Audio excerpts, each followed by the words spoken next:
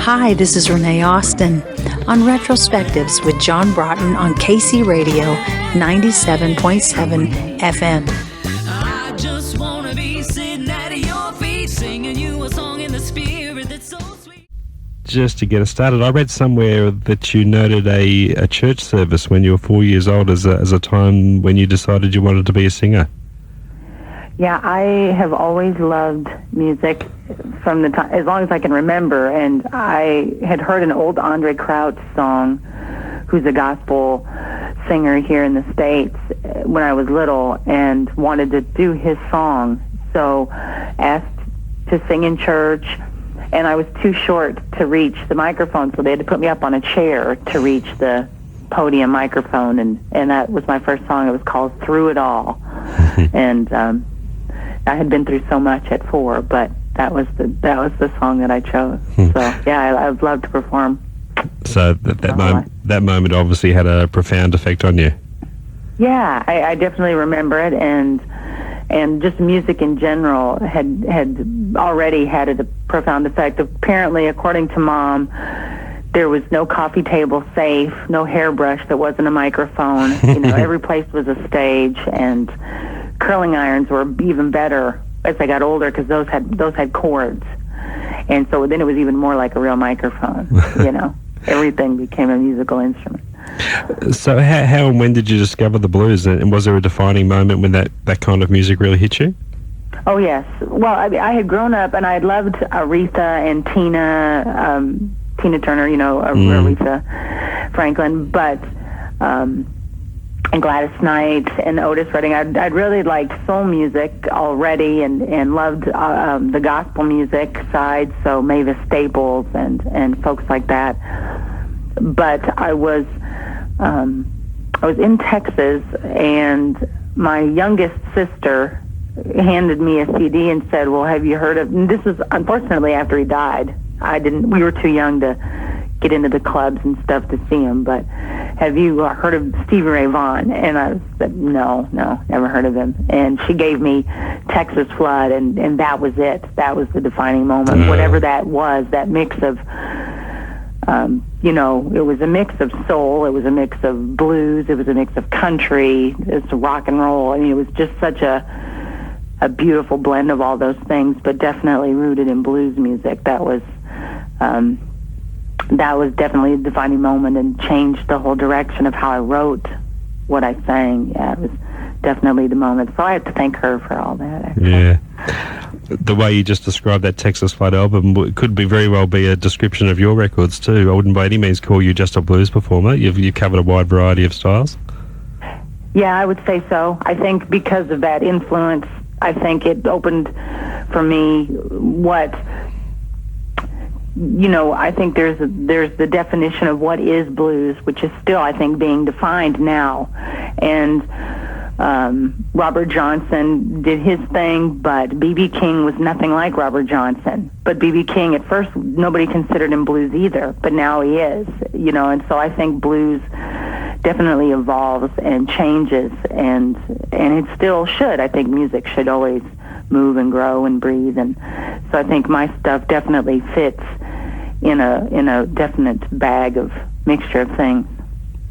As far as singers go, you mentioned Aretha and Tina Turner and Mavis Staples. It was mainly female singers that were inspiring you to want to sing?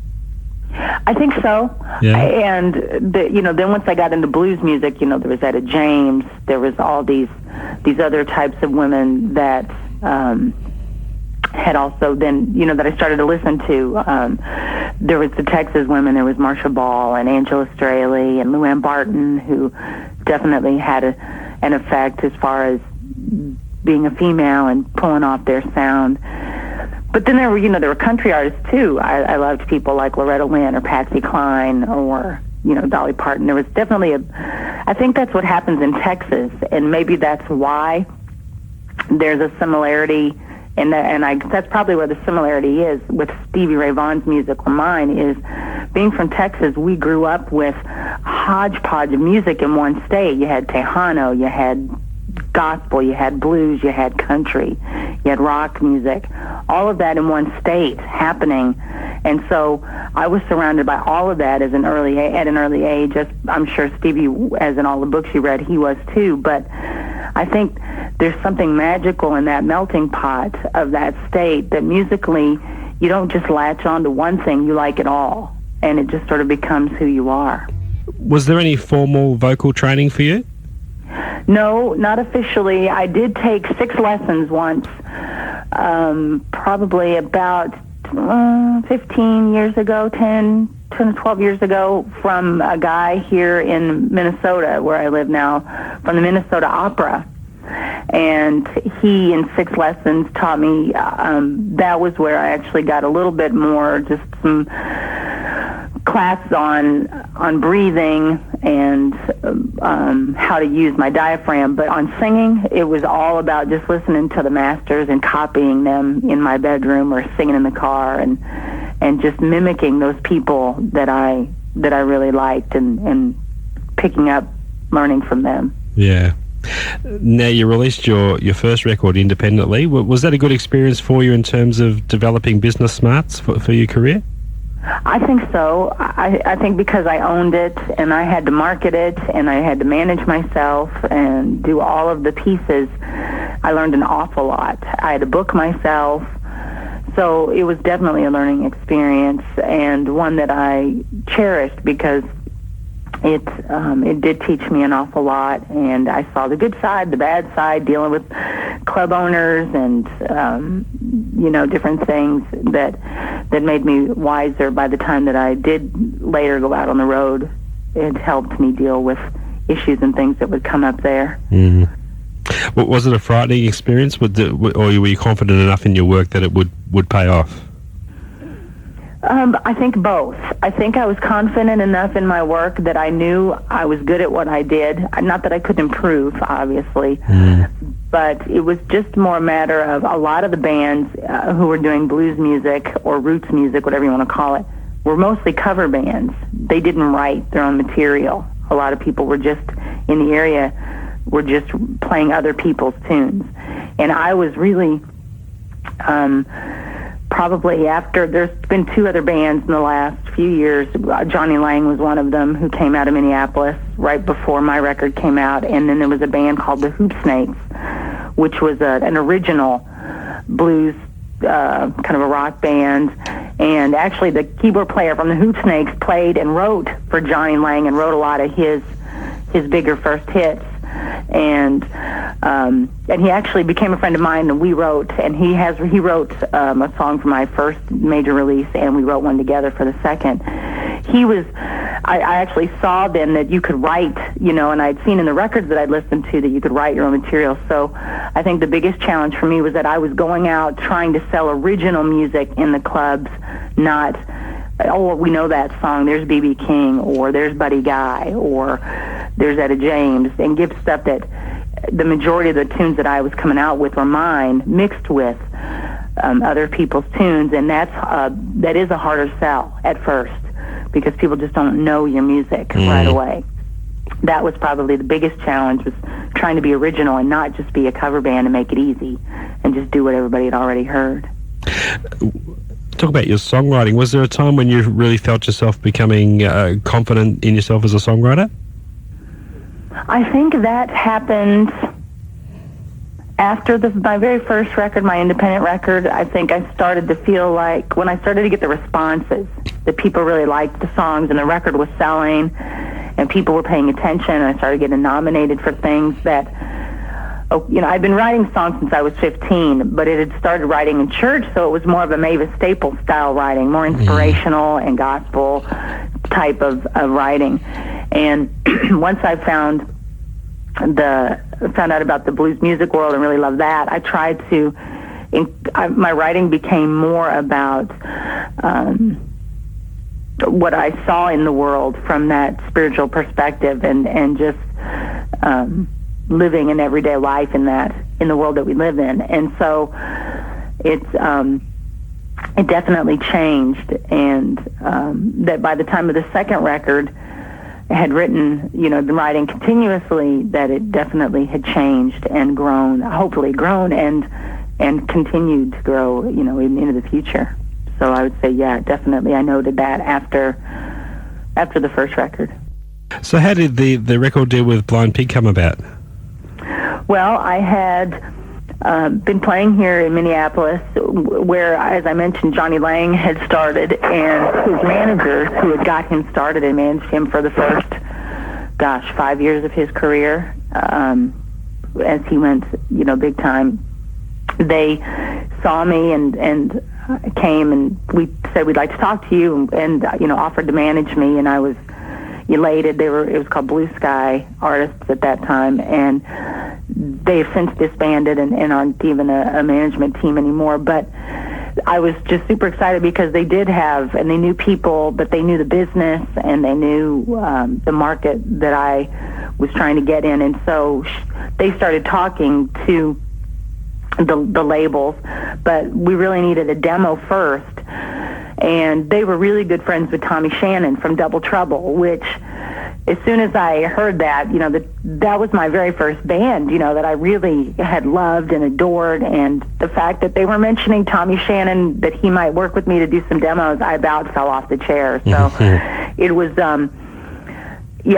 it was such a great experience. He flew up to Minneapolis, and we recorded 3 songs for a demo.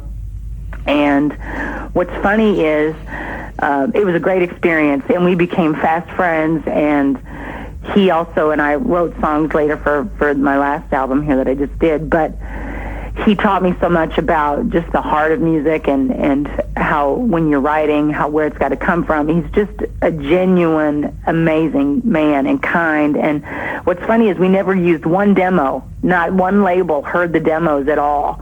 So it was sort of just like a little session that just was meant, I think, to encourage and just bless me, I think. But from that learning experience on writing and talking with him, a few weeks after, Blind Pig decided they would come and see a show because the management had been in correspondence with them.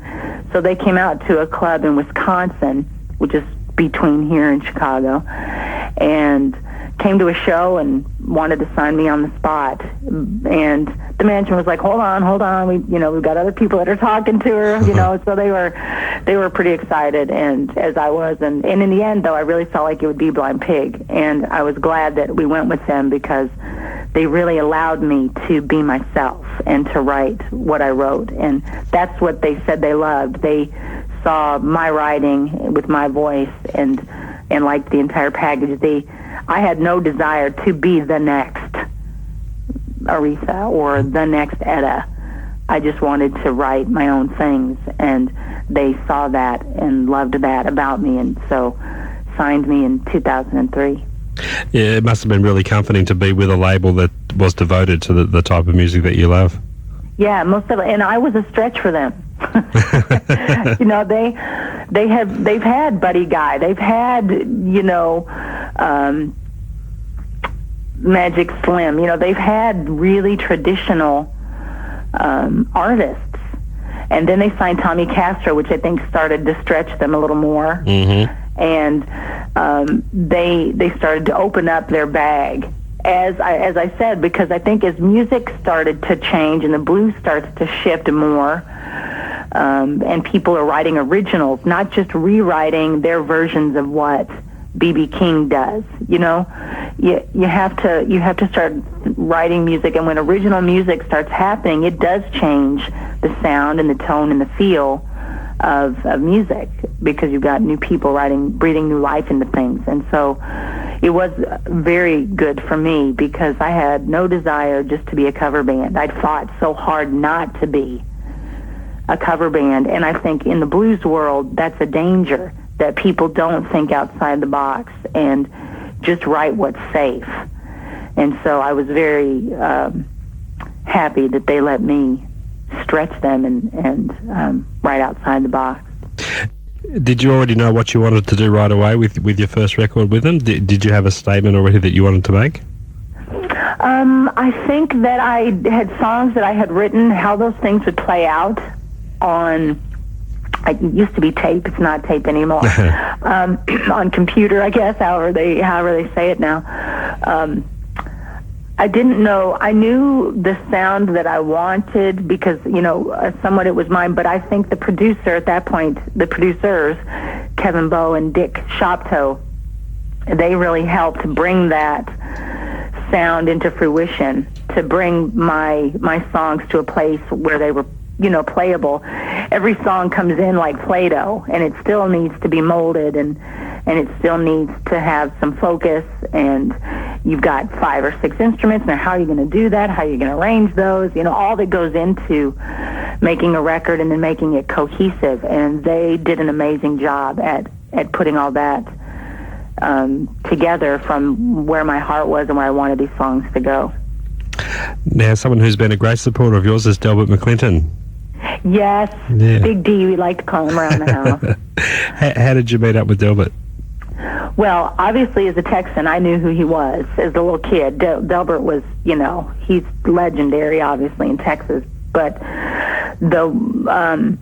we had a chance to open for him right before I wasn't even signed yet. That's what was crazy about it. I wasn't signed yet. And we opened for him, and it was about 30 minutes, 40 minutes set. It wasn't very long at all. And it was down in Iowa. And I came off the stage, and he was standing at the bottom of the stairs waiting for me. And he's like, and only in Delbert style. Once you meet him, you'll know he's got that high noon cowboy kind of attitude. Once in a while, he was kind of leaning on the wall, and he's like, hey. I was like, hello. I didn't expect him to be there. And he's leaning against the wall, and he's like, well, that's pretty good. And I'm like, well, thank you. He's like, did you write them songs? And I'm like, yes. He goes, all of them? I'm like, yes. Even that Full Moon song? And I'm like, yes. He's like, I'd like to talk to you. If you could just picture him with a hat and a John Wayne vest, it was just sort of that, he's so sure of himself, and he's just great. And so I said, you know what, I have to run to the merch table to sell stuff because we have to leave. We have to get back to Minneapolis we're opening for you tomorrow in Minneapolis. He said, all right, but don't forget, you have to come talk to me tomorrow. I want to talk to you. And so, then I'm thinking, what does he want? I'm just was standing out watching us, as was Delbert again, watching the show again.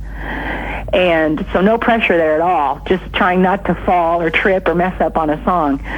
But I went and talked to him after, and he just loved. His quote was, girl, you ring my bell. I love what you're doing, and I want to work with you somehow. Will you come be on my cruise with me? And,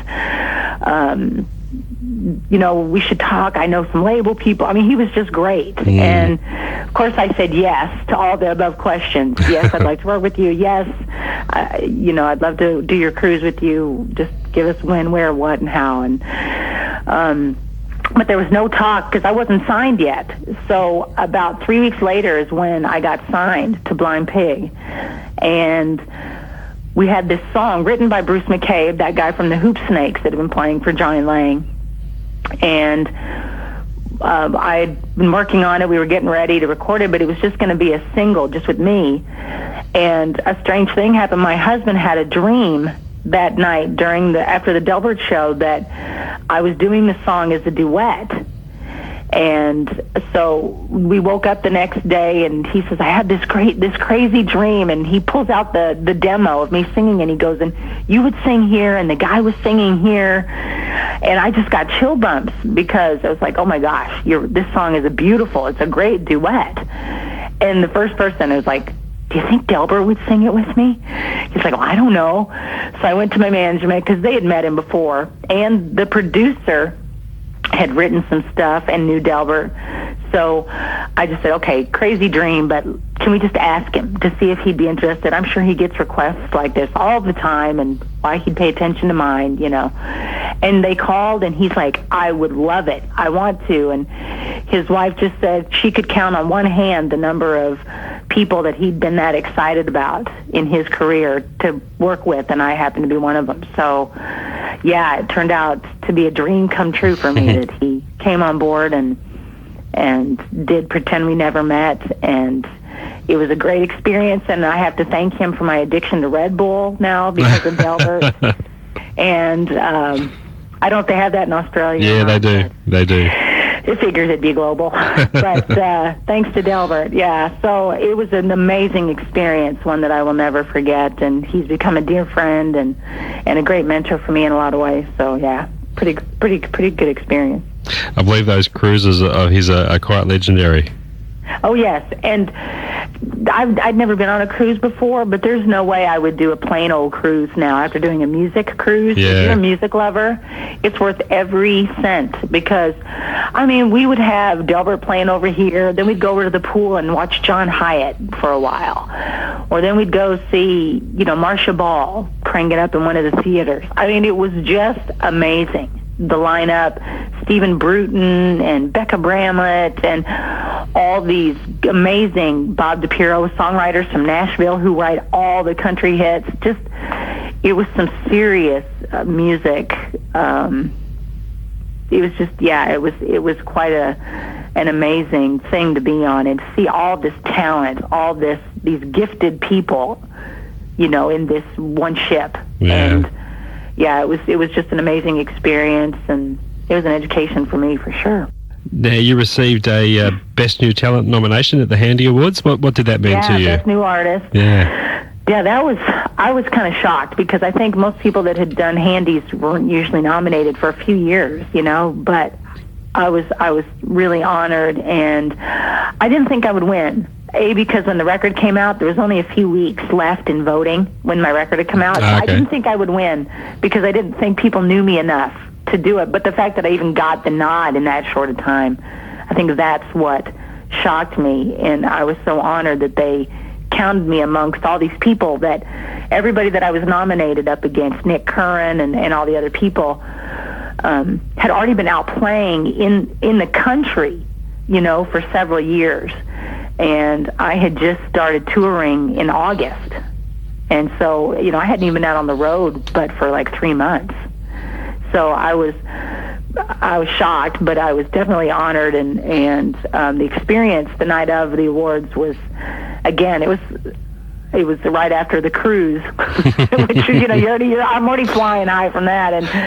And here I go, and here's all of these people that I've only seen in pictures and name, and people that have influenced my music, and just Kim Wilson from the Fabulous Thunderbirds, another Texas band that I grew up, once I got into blues, it introduced me to the Thunderbirds and Jimmy Vaughn, and so there's Kim Wilson sitting out there, and I got to meet him, and just Pine Top Perkins. I mean, the guy that's, he's kind of one of our forefathers, and, having me walk by on a bench and him going, "Come here, girl." And I walk over, he's like, "I'm going to steal you." just things that, I'll always cherish from that, because it was all these people that were definitely, that laid the groundwork for me to be able to do what I was doing.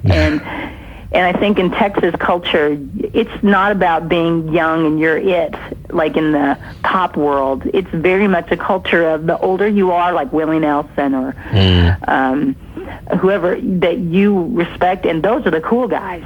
The ones that have been out there doing it and laying the groundwork for you. So that's how I looked at it, was here's all these people that, with their blood, sweat, and tears have been making the way for me to get out and do what I do. So it was an amazing experience, yeah.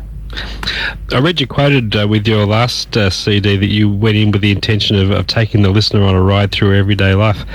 Was that a theme you had in mind right from the time when you began writing for the record? I think in general my writing started to change that way after the first record. That's just where I realized my gifts was that I wanted to write about the things that we all go through. And those are the songs that just came to me. I mean, I can't take any credit. The good Lord gave me those songs, and they, he's the muse, and so I'm pretty much just the pitcher that pours out whatever he gave me. But it would seem to always be about everyday things, which people could relate to, that I could relate to. And so I think that's just how they were formed, and I had been through some pretty tough stuff for the new record, and so it all came out in the record. And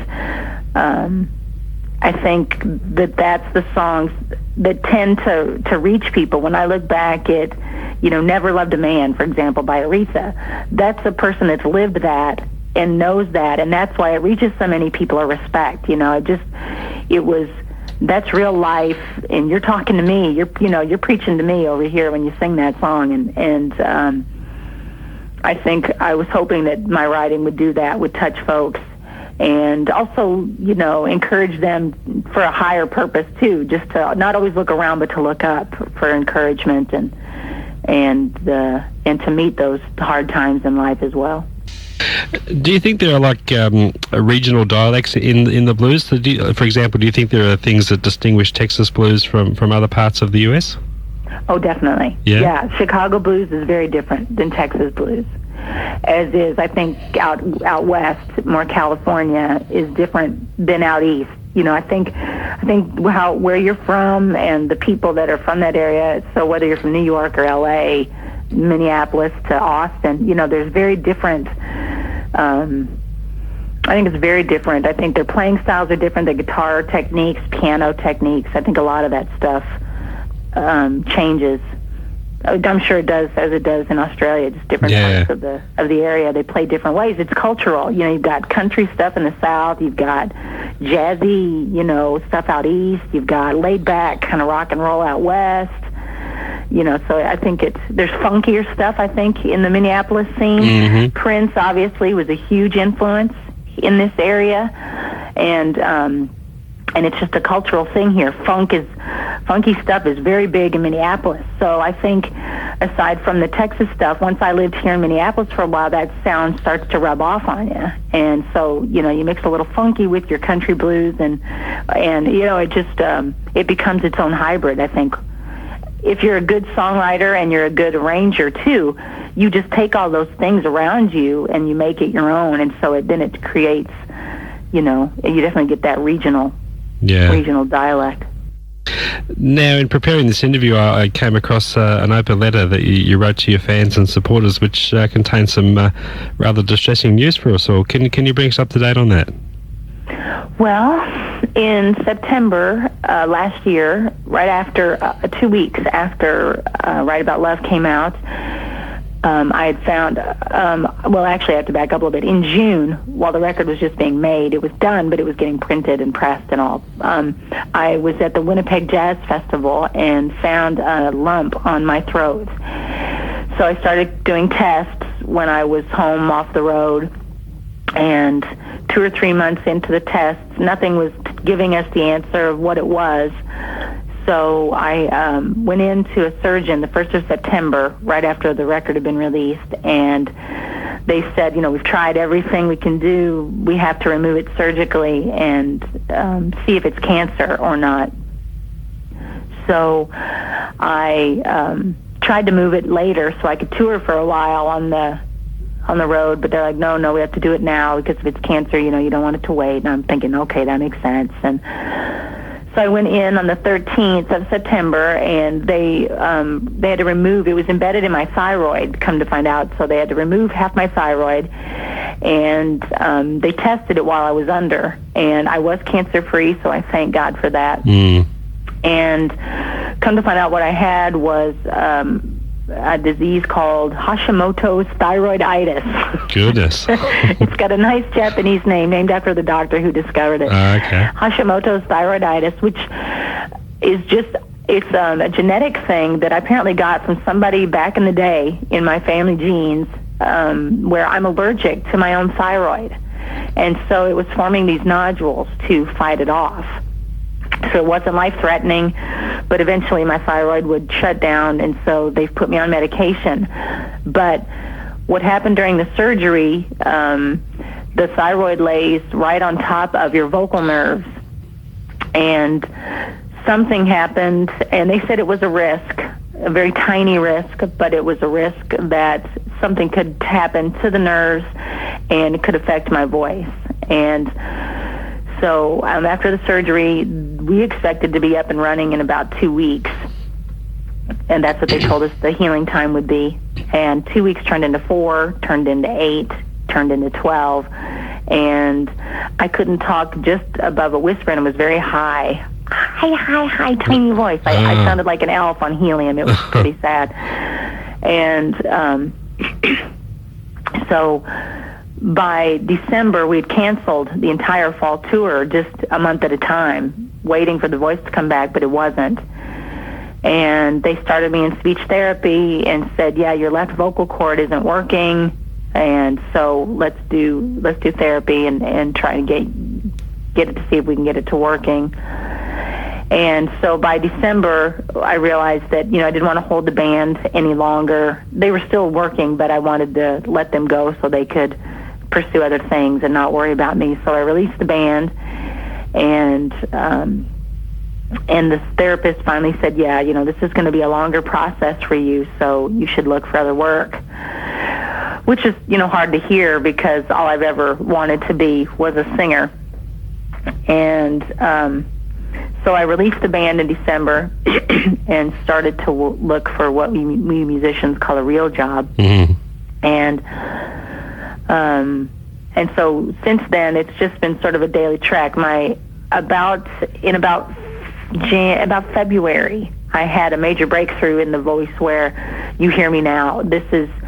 It's a huge difference than what it was back in December, where I can actually talk on the phone, and I have my deeper tone, which is how I sound. Still not completely 100% normal, but it's definitely made improvements. But at this point, I have it's still not working. When they look at it when they film it, it's still not working, but I've improved. I think the right side's compensating for the left. Okay. And so at this point, I'm not able to perform the singing. I can sing in lower ranges where I couldn't in December, mm-hmm. and can sing not real loud, but can sing about as loud as I'm talking here. Mm-hmm. And so it's definitely made improvements, but I've had to stop the career. And there's no guarantees. They don't know if it'll come back or not. They say to watch it for at least a year. It takes up to a year for it to really show if it will come back or not. Rod Stewart had thyroid cancer and had the surgery, and it took him 2 years to come back and to play. So right now it's pretty much just one day at a time to wait. But so I don't know. I hope, my heart, it would be nice to have it come back, but I don't have any control over that. So I try not to dwell on it. I try to just live for what I'm doing today. And I actually got a job with an organization called Give Us Wings. And it's a charity, a nonprofit here based out of the Twin Cities. And I work rebuilding villages in Kenya and in Uganda, Africa, coming alongside the people and helping them be self-sufficient and helping give them skills and give them clean water, and it was some pretty amazing work. So I think right now, if the voice didn't come back, I found a calling to take the place of that dream. Yeah. Does that make sense? Yeah. That I realized that as much as I loved music, this is where real life really meets the road, and I don't know if I could go back just to be on the road and be a singer anymore when I really see how hurting people are in the world and how they need our help. And so it's been very eye-opening for me that the only thing I came out of the surgery not being able to do was sing. I can do everything else. I can think, I can move, I can breathe. So there's some reason for me. I believe everything happens for a reason, and that all things work out for good. So in that belief, then I know that there's a reason for me being at Give Us Wings right now. Because I think the Lord knows if I sang, I wouldn't be here. I wouldn't be doing this work. I'd be off. He knows me. He knows me too well that I'd want to be out singing. And apparently this is where he wants me, to work with these people in Africa. And Give Us Wings is an amazing... There's just myself and a director and an entire team of volunteers working with 5 villages in Kenya and in Uganda. So it's very grassroots, but we're doing amazing things. And there's no middleman, and all the money goes straight to the people. And it's just an amazing experience that... do I still miss my singing, though? Absolutely. When I get in the car and, the radio is on, or I put on, a record or a CD that I love, and I can sort of sing it, whereas before I could sing anything. I had 5 octaves, Yeah, I have a hard time. Or 4 weeks ago, we had to sell the band van, and I cried for 3 days. Yeah. So it definitely has its hard moments, but I'm just trusting the Lord that He knows what's best for me, and I'll just do whatever He wants. And so learning that is the chore, and trying to just grow where I'm planted. And so but yeah, I've had people encourage me to keep writing, and I hope to do that. It's just been a little tough. It's hard to pick that up and pick up the instruments and touch them when I can't go out and do what I used to do. Yeah. So I've needed some time away, I think, some space, some distance to not work on music, to be able to really close the door if I have to. And so I haven't completely closed that off because we don't have a final report. But if I do know that the voice doesn't come back, then I may, try and push some songs to stay connected somehow. Yeah. And to be able, I got a George Strait song just waiting for him. So if he, stuff like that. That if I can write particularly, and Shamika Copeland wants some of my songs, and so there's people that have asked. Yeah. So, but I think it's just been a little tough right now for me. But the fans, seriously, from around the world, people from Australia, from England, from Canada, from Yugoslavia, everywhere have written in and just been so gracious. People from prison that heard the songs and heard about my voice, that were listening to blues radio and would write in. It's been so touching, and so I want to thank everybody who's had me in thoughts and prayers, because it's definitely made a difference, and it's been really important for me. Yeah. It's quite amazing just talking to you now. You sound fine. But I know. Obviously there's a lot more to it than that. Yeah. Yeah, and I can sing in my lower range, but it's still pretty quiet. It doesn't get much louder than my talking voice. And so, not to say that at some point I couldn't perform, but it would be very different. A club setting would never work anymore. Yeah. If it stayed this way, because I'd have to belt. You have to sing above the crowd, in a club setting. So who knows, maybe I would do more theater or more coffee house or whatever. Right now I just know that it's still in the process of changing. It changes every week. It's different this week than it was last week. And so to seeing where that will finally, like a feather, where it'll finally land, we're not sure. But I do know that, I'm grateful that I can talk more than I did before. And because before, seriously, it would have been like this, talking to me on the phone. And it was really difficult those first few months. I couldn't go to a restaurant. Things that I took for granted, couldn't do because there was no voice. And so it gave me a very good insight into folks who have physical challenges, people who are blind or deaf or mute, because I not to their extreme, but I was one of them where I couldn't function in normal everyday life for months. And so I think it gave me a real heart for what those folks are living, how the world just keeps going without you. And how to remember those folks and to include them, into our life of sound and lights and such. But it's been a very very big learning experience for me, for sure. But Give Us Wings has definitely come alongside my other dream of, I have other skills and other things that I can do and that make a difference, which is what I wanted to do with my music anyway. I wanted to make a difference. I wanted people to walk away with a song and have it encourage them for the day, or And so in the end, what I'm doing is the same thing, even if it's not musical.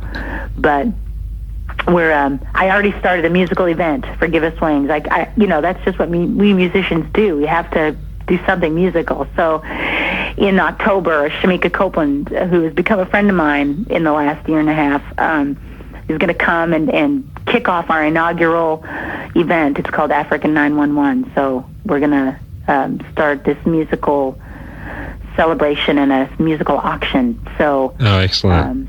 yeah, so anything, if you guys have instruments that are very, Australian, send one over. We'll auction it off, and it'll go to help the folks in Africa. So we can find you a didgeridoo. Oh, we'd love that. Yeah, or any of the musicians in Australia that are known, people that, would want to send some music our way. We'd love that, to auction it off and go toward the cause, yeah. Well, it's an old saying, but a true one. Every cloud does have a silver lining, and you've bounced back already to do some very rewarding work there. I hope so. I hope so. Lord willing, that's what we're all here for, to make the world a better place. So. Well, Renee, thanks so much for your time. A real treat to catch up with you, and we're all thinking of you, and we'll certainly be looking out to see any progress in the return of that wonderful voice. Thank you, sir, so much. Okay, you take care. Thank you, I will. All the best. Bye-bye. Bye.